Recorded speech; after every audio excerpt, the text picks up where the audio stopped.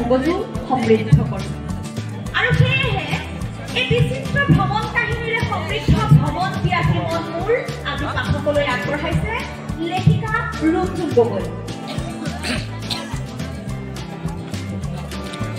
এই শুভ মুহূৰ্ত আৰু এই মুহূৰ্তত সকলোৰে সহযোগিতা আমি কামনা কৰিছোঁ, সকলোৰে হাত চাপৰি এটা কামনা কৰিছোঁ, আশা কৰিছোঁ সহযোগিতা আগবঢ়াব।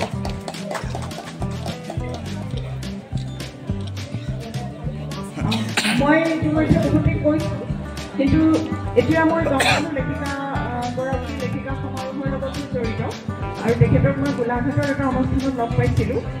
মই এটা কথা ইয়াতে কওঁ, আজি মঞ্চখনত যিটো মহিলাসকলে লগ পাই আছে, গতিকে লেখিকা সমাৰোহ অসমৰ এটা বৃহৎ অনুষ্ঠান। মই নিজে এই অনুষ্ঠানটোৰ লগত খুব সন্মানজনকভাৱে কেইবাটাও অনুষ্ঠান কৰিছোঁ আৰু মোৰ ভাল লাগে যে লেখিকা সমাৰোহে তেওঁলোকৰ এটা বৃহৎ ছাতিৰ তলত অসমৰ বহুত প্ৰান্তীয় মহিলাক আনি একগোট কৰিছে আৰু তেওঁলোকৰ হাতত কলম ল'বলৈ সাহস দিছে যে কেইবাগৰাকী ইয়াতে আমাৰ সুবৰ্ণ বাইদেউ আছে আৰু সেইসকলক আচলতে ধন্যবাদ জ্ঞাপন কৰিছোঁ আৰু মই উন্মোচনী ভাষণটো সুবৰ্ণ বাইদেউকে দিবলৈ অনুৰোধ জনালোঁ।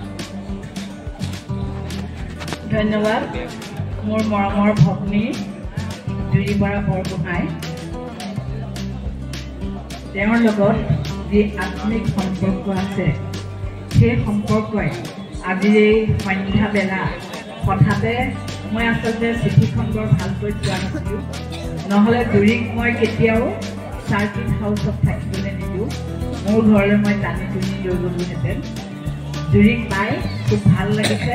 এগৰাকী আপোনালোক সকলোৱে জানে নাংফা, তাৰ উপৰিও নিৰ্যাতিত কিশোৰীসকলক লৈ যি উপন্যাস তেওঁ লিখিছে, তথ্য সমৃদ্ধ, তেওঁ ক্ষেত্ৰভিত্তিক অধ্যয়ন কৰে। তেলগৰম শংকৰদেৱ শিশু নিকেতনৰ এগৰাকী শিক্ষয়িত্ৰী, তাৰোপৰি তেওঁ এগৰাকী ভাল লেখিকা। তেলগৰম লেখিকা সমাৰোহ সমিতিৰ প্ৰতিষ্ঠা কালৰ পৰা বৰ্তমানলৈকে সম্পাদিকা হৈ আছে। আমি এই শাখা গঠন কৰি দি সেই অঞ্চলৰ অনেক মহিলা তেওঁলোকে উলিয়াই আনিবলৈ সক্ষম হৈছে। এইখিনিতে কওঁ যে তেওঁ ভ্ৰমণ বিলাসিতা, আমাৰ ৰুণজুনৰ ভ্ৰমণ বিলাসিতা আছে। তেওঁ অৱসৰ পালে পৰিয়ালৰ লগত গৈ অসমৰ বিভিন্ন প্ৰান্তৰলৈ যোৱাৰ উপৰিও সাগৰৰ পাৰলৈ গৈছে, ভাৰতবৰ্ষৰ বিভিন্ন স্থানলৈ গৈছে।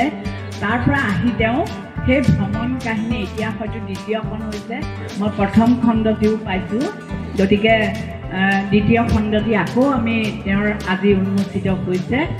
এই ৰুণজুনহঁতক লৈ পেলাই আমি এটাই গৌৰৱ কৰোঁ যে ৰুণজুনহঁতে কেৱল মাত্ৰ লেখা মেলা বা মহিলাসকলক সংগঠন কৰা, শিক্ষকতা কৰা ইয়াতে সীমাবদ্ধ নাথাকি তেওঁলোকে যি অভিনয়ৰ দক্ষতাৰে যেনেধৰণে অঞ্চলটো নালাগে আমাৰ বোকাখাটৰ এই নাট্য মন্দিৰতো বৰ সুন্দৰকৈ অভিনয় কৰি লভিতাৰ যিটো চৰিত্ৰ, সেই চৰিত্ৰ মোৰ আজিও হৃদয়ত সোমাই আছে।